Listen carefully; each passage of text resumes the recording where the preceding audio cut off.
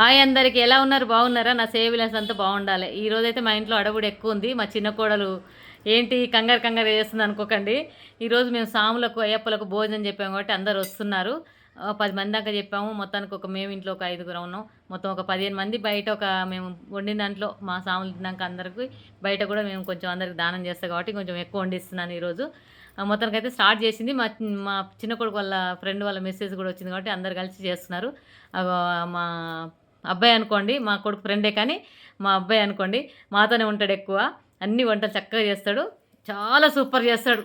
అసలు ఎంత అంటే అసలు లేడీస్ కూడా ఇలా చేయరేమో టేస్ట్గా అనిపిస్తుంది, అంత టేస్ట్గా ఉంటుంది. చాలా చక్కగా చేస్తాడు. తర్వాత వచ్చేసి పేరు వచ్చి బాచి, కానీ బాచి అని నాకు పిలవరాదు, మా వాళ్ళు నవ్వుతూ ఉంటారు. నాకు పిలవనికి రాదు బాచి అని, నేను బాచి బాచి అంట. ఆయన పేరు ఇంకా పెద్దగా ఉంటుంది కొంచెం, కానీ మొత్తానికి టేస్ట్గా చేస్తాడు. కానీ మా ఇంట్లో అప్పుడే కరెంట్ పోయిందండి. ఎందుకు కరెంట్ పోయిందంటే మా ఇంట్లోనే ఫీజు మేము మార్పించుకుంటున్నాం కాబట్టి అప్పుడే కరెంట్ అయిన వచ్చి కరెంట్ తీసిండు. మా కోడలు చూడండి ఇలా పాపం ఫోన్లో పెట్టుకొని చేస్తుంది. నేను కరెంట్ అని అడగంగానే తొందరగా వేసేసిండు పాపం. మొత్తానికైతే టమాటా కర్రీ అవుతుంది మా ఇంట్లో. టమాటా కర్రీ చేసినాక ఇంకా చట్నీ, మళ్ళీ టమాటా చట్నీ కూడా చేస్తున్నారు. ఇదిగో చూపిస్తున్నాను చూడండి, టమాటా చట్నీ అంతా రెడీ చేశారు. మొత్తానికైతే అవన్నీ రెడీ అయ్యాక పప్పు పాలకూర వండుతున్నారు చూడండి. పప్పు పాలకూర ఈ పప్పుకైతే రెడీ చేసి పెట్టారు. పాలకూర సపరేట్ చేసి ఇది 2 కలిపి తాలింపు చేస్తారట.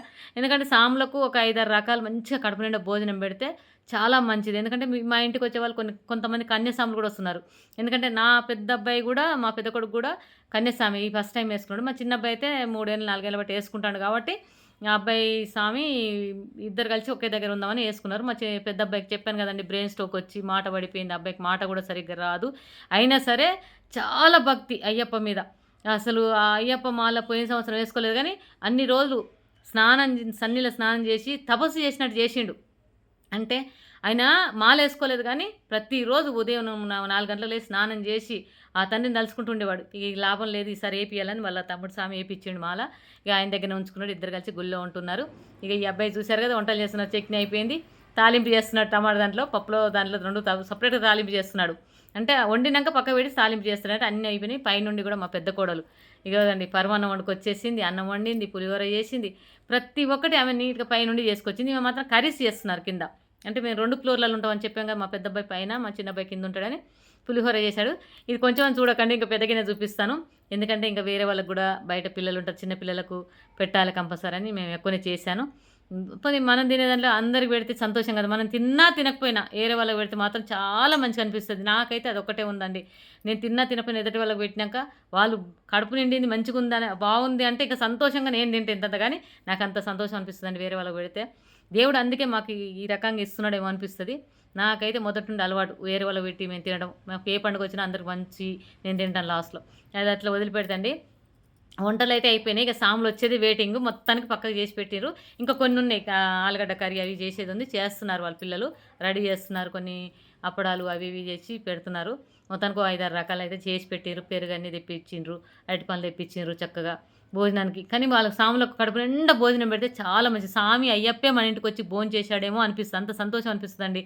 నేనైతే ప్రతి సంవత్సరం మేము 10 మందికి అయితే పెట్టగలుగుతున్నాం. ఎందుకంటే మాది ఏరియా చిన్నగా ఉంది. ఇక్కడే పెద్దగా పెట్టి పెడదామన్నా మాకు ఏరియా చిన్నగా ఉండట్లో మేము పెట్టలేకపోతున్నాం. ఒక సంవత్సరం గుళ్ళో మంచిగా చేసాం. ఇప్పుడు మా పెద్ద అబ్బాయి, మా చిన్న అబ్బాయి ఇద్దరు సాములు అయ్యారు కాబట్టి నాకు చాలా సంతోషం అనిపించింది. వంటలు అయితే పూర్తిగా అయిపోయినాయండి. అన్నీ రెడీ పెట్టేసి సాముల కోసం వెయిటింగ్ చేస్తున్నాం. వాళ్ళు భోజనం చేశాక వేరే వాళ్ళకి పెట్టినాక మేము తింటామండి. మాకైతే చాలా సంతోషం ఉంది. మీకు అందరికి నాకైతే చాలా సంతోషం అనిపించింది. అయ్యప్పలు అయితే వచ్చేస్తున్నారు, వంటలు అయిపోయినాయి. ఇక భోజనం టైం అయింది కాబట్టి అయ్యప్పలు అందరూ వస్తున్నారు. ఇక అబ్బాయి వచ్చేసి మా పెద్ద అబ్బాయి అండి, నేను చెప్పాను కదా బ్రెయిన్ స్ట్రోక్ వచ్చిందని. ఆ అబ్బాయి ఫస్ట్ టైం వేశాడు. వెనక వచ్చే అబ్బాయి చిన్న అబ్బాయి సామి, అతనైతే 4 ఏళ్ళ బట్టి వేస్తున్నాడు. పెద్ద అబ్బాయి మాత్రం ఇప్పుడే ఫస్ట్ టైం వేశాడు. ఎందుకంటే బ్రెయిన్ స్ట్రోక్ వచ్చి కొంచెం మాట కూడా రాదు. కానీ అయ్యప్ప మీద చాలా భక్తి. దేవుళ్ళు అంటే బాగా 4 గంటలకి లేచి పూజలు చేసేసి అట్లా చేస్తాడు. అయ్యప్ప మాల వేసుకున్నాడు. బ్రెయిన్ స్ట్రోక్ వచ్చింది కదా, చల్ల నీళ్ళు స్నానం చేయాలి. ఎట్లా అంటే అయ్యప్ప నన్ను రక్షిస్తాడని మాల అయితే వేసుకున్నాడు. అయ్యప్పకి ఒప్ప చెప్పేసాం. అయ్యప్ప ఎట్లా చేస్తే అట్లా, అయ్యప్ప కదా, ఆయన తండ్రే కదా, చూస్తాడు అనేసి మాల వేయించుకున్నాడు. అక్కడ వాళ్ళ తమ్ముడితోనే, అక్కడ స్వామితోనే అక్కడ ఉంటారు. అందరు కలిసి భోజనాలు అయిపోయినాయి, వెళ్తున్నారు.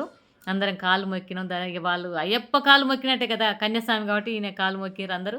ఇక లైన్గా కాళ్ళు మొక్కుతా అంటే ఇక అందరు వరుసగా వెళ్ళిపోతూ ఉన్నారని చూడండి. చాలా సంతోషం అనిపించింది ఈరోజు అయితే నాకు. మంచిగా అన్ని రకాల వంటలు చేసి వాళ్ళు భోజనం పెట్టడానికి చాలా సంతోషం అనిపించింది. ఎందుకంటే నేను భోజనం ఎందుకు పెట్టలేదంటే వాళ్ళు ఒంటి మీద షర్టు లేకుండా పూజ చేస్తారు కాబట్టి అన్నం తింటప్పుడు అది ఆ వీడియో అయితే తీయలేదండి దయచేసి.